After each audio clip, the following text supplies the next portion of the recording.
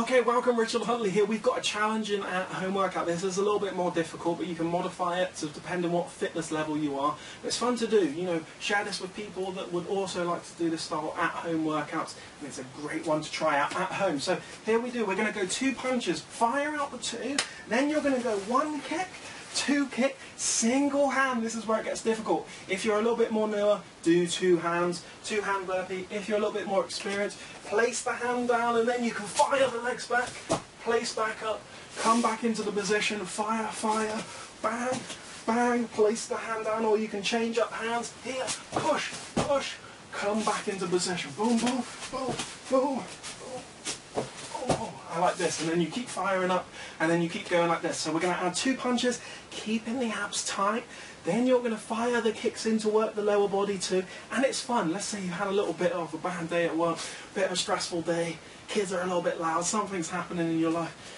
Put some you time, let's have some you time, so to speak, and then find a little space, start having a little fire out the arms, fire out the legs, a little burpee. Like I said, if you're starting off a bit more, do the 2 hands. If you're a bit more experienced, do the 1 hand, and if you're mega experienced, do the no hands, but I don't know anyone that can do that.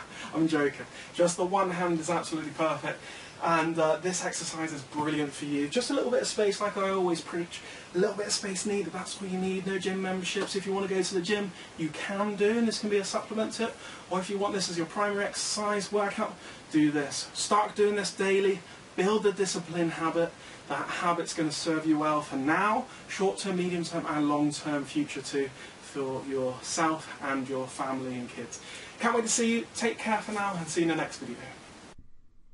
Okay guys, so I hope you've really enjoyed that quick workout that you can do at home, and let's move on now to the health, fitness, diet and fat loss Q&A, answering your questions, and 3 questions of the day, mainly on diet. I think this can benefit you, so rather than me answering questions always one-on-one, I think I can provide more value to more people, you know, thousands of people across the world, by sharing the knowledge with everybody, so I can answer some questions in the public here.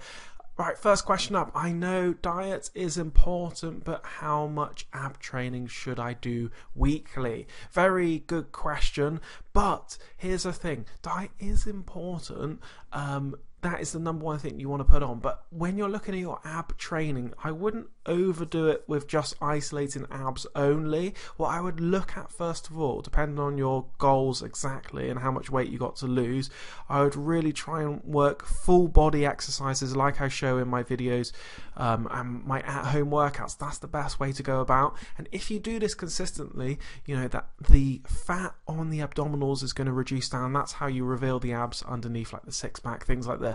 But if you're just wanting to strengthen up your core, ab training once a week, twice a week if you want, that's absolutely fine. You can target, and you don't need to overdo it. 10 minutes is perfect for it. 5 minutes, you can still get a good workout, because guys, it's the quality that you do. So if you desperately want to just target abs only or ab training, once to twice a week maximum is fine, but most of all, try and do exercises that incorporate your abs a lot as well, and full body exercises, and you'll build strength all over your body while reducing down your belly fat too, to show your abs.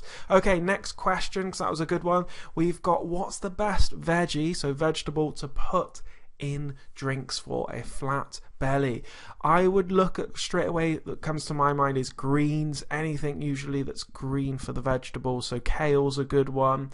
I would add also spinach. Spinach is one of my go-to. One of my favorite recipes is I get a handful of spinach. It can be frozen, because that's another tip. Keep the vegetables and fruits in the freezer. It's going to last longer. It's going to really store the good vitamins as well in its natural state when it was first picked or cut up. And then you're going to add that to some coconut milk and some pineapple, and I love that. You've got the sweetness from the pineapple coming through, you've got the goodness from the vegetables, the vitamins, minerals, so from the spinach, and then you've got the nice cut through of the refreshing coconut milk to give it that little creaminess. Literally, it's nearly like a dessert. It's lovely. People can't believe that it's healthy, but it really is, because as long as you're eating, you know, fresh 1-ingredient foods, pineapple is a 1-ingredient, spinach is a 1-ingredient, and coconut milk 1-ingredient, you see, but you combine them all together, 3 simple ingredient drink, and you can take that away with you. You can have it at home, you can have it as part of your breakfast. You can get so creative with it. Post shake, add some protein to it. It's totally up to you, you see. So I would say things like spinach would be my go-to for my best vegetable. Try and find what's best for you, but anything green is usually a good veggie to help clean out the system too. Okay, last but not least, the third question. This is a big one actually. Should I count calories to lose weight? Now, obviously it's a bit of a debate there. Some people say, look, you have to, it's all about the calories in, calories out approach, okay, and that's absolutely fine. But here's the thing, what I would rather you focus on than just counting calories is the quality of the food you are eating. You see, I think that the nutrient density of the food is more important than just the calorie as such, okay? And some people will disagree, that's fine, but for me, I don't want to always just keep counting. You know, you got to find what you like. Some people, if you enjoy just counting calories and you think you can do that for the rest of your life or long term, and then you can eyeball it, brilliant, go for that.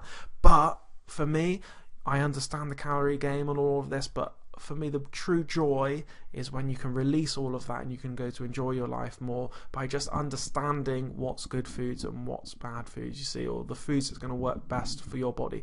So for example, if you had 50 calories of a broccoli sprout or 50 calories of a chocolate bar, you know the 50 calories that I want, which is you're going to get more nutrients obviously from the broccoli. And so that's the best way I look at it. I look what foods have the best bang for the buck. Okay, so what foods are really good for us most of all. And if you use my one ingredient food rule, it's so much easier than trying to calculate your body weight to the calories, how much you should be eating. But if that's your approach, you can go for it. But for me, I don't. It's not necessary. In my programs, I've got areas which doesn't have any counting of the calories. I literally just map it out in my fast track fat loss. So I hope that helps you out. You don't need to count calories, but you can do. Personally, I don't. I would look at looking for nutrient-based foods, you know, good quality foods rather than the calories as such. What nutrients and macronutrients are inside these foods to really feed us up and keep us full throughout the day. Because that's the thing, lots of people aren't full. They eat very empty calorie sort of foods and they drink lots of empty calories, and what that means is there's lots of sugar and things like this, and it's going to make you hungry within the next hour. You're going to have a massive sugar crash, and you're going to feel really tired, and you're thinking to yourself, oh, I need a little bit more energy. So you go and get some more empty calorie drinks or snacks. Again, a little short spike, and then it's a big crash again. Before you know it, you've just gone through this crashing through the whole day, where if you have something with good protein-rich foods with a nice vitamins and minerals in there, good carbohydrate level to maintain through the day, you've got the glucose in there, and then what that's going to do with the good fats too is it's going to keep that maintenance level throughout the day, and that sort of stored energy. So if you can get a really good breakfast in the day, that can start you off. Or you can wait. Some people skip the breakfast, like they do a fast, and I spoke about that in previous videos. And then you can start from the lunch, and then you can get good nutrients through the whole day. I mean, your energy just feels better. For me, that's how I feel. You know, I try and look at the quality of my foods that I look at. Hope those 3 questions that I've answered today my best. I hope they've served you well. There's lots of different ideas in the diet world, but here's my best tip overall, because I think this will be the best tip for in closing. Guys, find what works for you. If one person says this is the only way, don't listen to them. That's their way that they believe, you know, they've bought into it, and it's for their body, for their lifestyle. You see, you've got to look at how's your lifestyle, what career do you have, you know, your family life, eating, energy levels, height, weight, gender, it goes on, you see. So it's not really a one-size-fits-all approach with the diet. You've got to find what works for you best, but most of all, what works, but what you enjoy doing. Because I've seen a lot of people that have done well with the diets, but then after a while they've lost all the weight, and yeah, look, I've lost all this weight, and then it piles all back on because they can't maintain it. It's too hard a task to maintain, and most of all, it's not enjoyable. Do you want to lose all the weight but be grumpy? No, you don't. So try and find something that you can lose weight, but also you feel great, you enjoy doing it. And if you've got some questions, pop them in the comments below, or private message me or whatever, email me.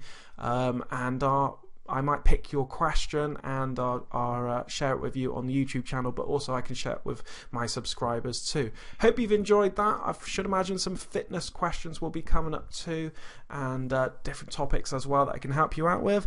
And have an amazing day, guys. Hope this has served you well. Take action on the workout I showed you previously at home, and see you very soon. Take care.